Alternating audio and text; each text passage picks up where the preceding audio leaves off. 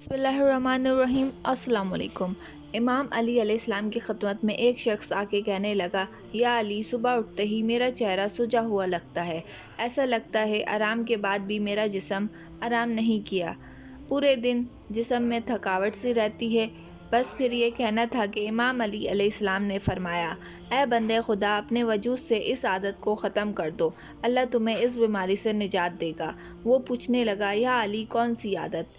امام علی علیہ السلام نے فرمایا، تمہارا چہرہ بتا رہا ہے تم آدھی رات کو اٹھنے کے بعد پیٹ بھر کر پانی پیتے ہو۔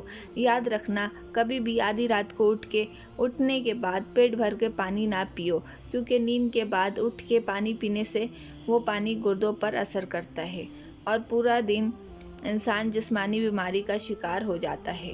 تو اس نے کہا، یا علی، اگر آدھی رات کو اٹھنے کے بعد شدید پیاس لگی تو؟ امام علی علیہ السلام نے فرمایا، اگر پیاس برداشت کے قابل نہ ہو تو اتنا پانی پیو کہ منہ خشک نہ رہے۔